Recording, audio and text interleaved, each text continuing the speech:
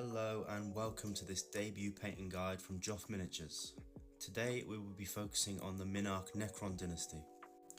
Okay, let's jump right in. So we're going to start by giving our primed model an all-over coat of VMC gunmetal. This paint goes on like a dream, whether you're using an airbrush or just a paintbrush.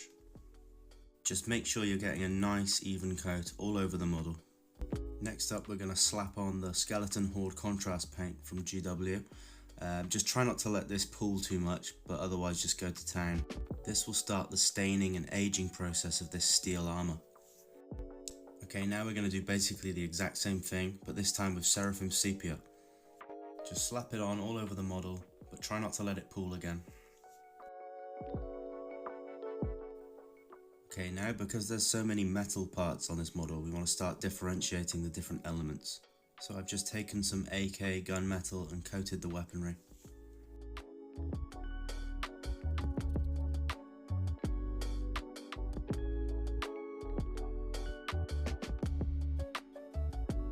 Remember, these guys have been laying around in a stinking old tomb for a long time.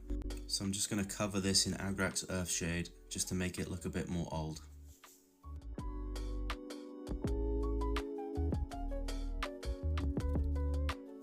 I'm going to show you a really quick and easy way to do a nice rust wash on your metallics. I'm using medium rust from AK, and as you can see I've introduced quite a lot of water into the mix. This is basically to a wash consistency. Just lay it all over the model and don't worry too much about pooling this time, as it will all dry quite matte.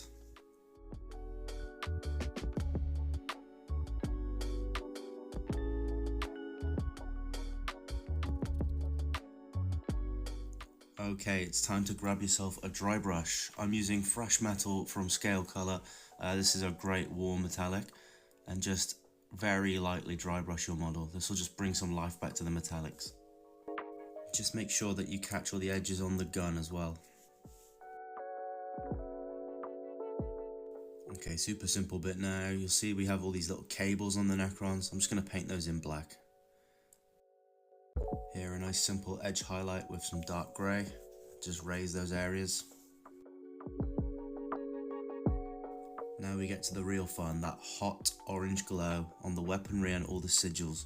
So just take some white paint and fill in all these areas that you want to be glowing. A little bit of overpainting won't hurt, because that will just look like a glow effect. Especially on these gun barrels, which are going to be running pretty hot. Completely cover all those white parts with deep orange from AK. Painting this over a white undercoat will allow the vibrancy to really pop off.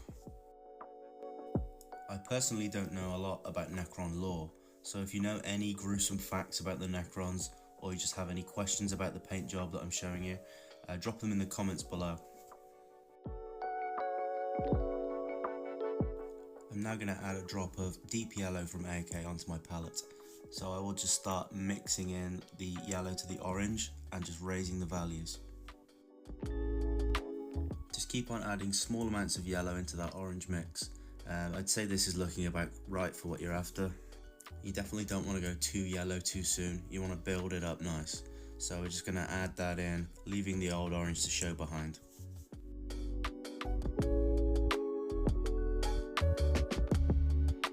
When we get to this sigil in his chest, just dab it around the symbol that you see there in the middle, and this will start to slowly build up a glow effect. Now just trust the process here and keep on adding small amounts of yellow to your mix. Focus these highlights on the glowing areas you want to be the most prominent. Just take your time and make sure you let the old colours show through. I'm just going to pick out the top parts of these little notches on the gun. Make sure you don't forget to do the back area of the gun too.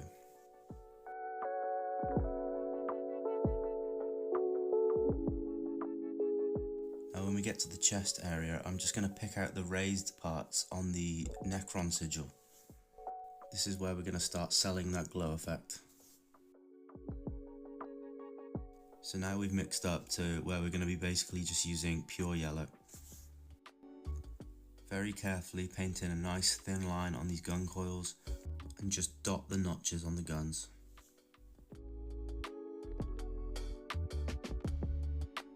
Don't forget to drop a like and subscribe to the channel if you find this helpful. Again, we're just going to very carefully pick out the raised areas on this chest symbol and just keep building up the intensity of that glow effect. I did actually dot some scarlet red into the eye sockets too. Now it's time for one final touch on these glow effects. We're just going to mix in a small amount of white into the yellow. Just retrace all those areas that we previously covered with the deep yellow. This is just going to give it that real hot burning look. Okay, it's basing time, so we're going to take some PVA glue and just cover the base in that.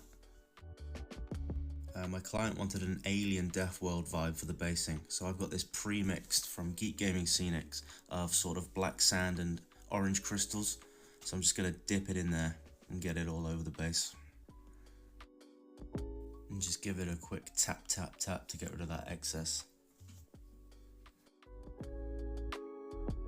I also have these larger orange glass shards which I'm just super gluing into areas where I want the crystals to be more densely populated.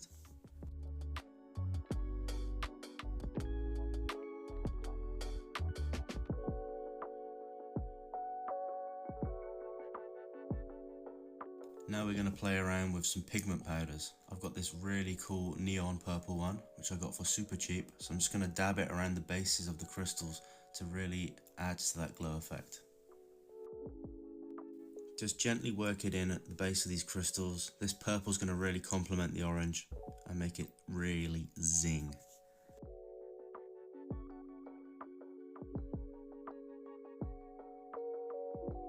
This is definitely a less is more situation. You don't want to put too much of this purple on as it will draw your eyes away from the model.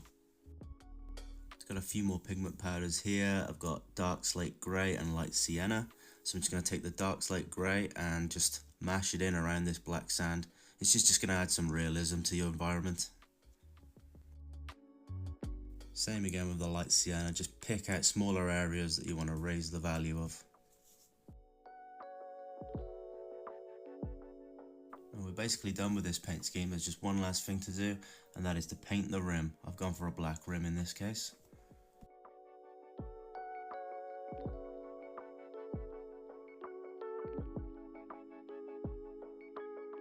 And just one final thing, and that is to varnish the model. I've gone for an ultra matte varnish. I really like the finish, and it's just going to protect the model.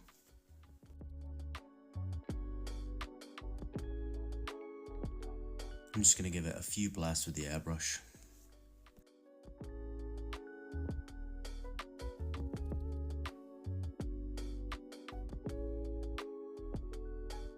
And there we have it, there's the finished piece. I really hope this has been helpful to you. It's a nice, quick, simple scheme, so you can get your army done fast and they'll be looking great on the table.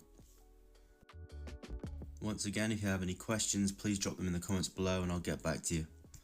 Don't forget to like and subscribe, and thanks for watching.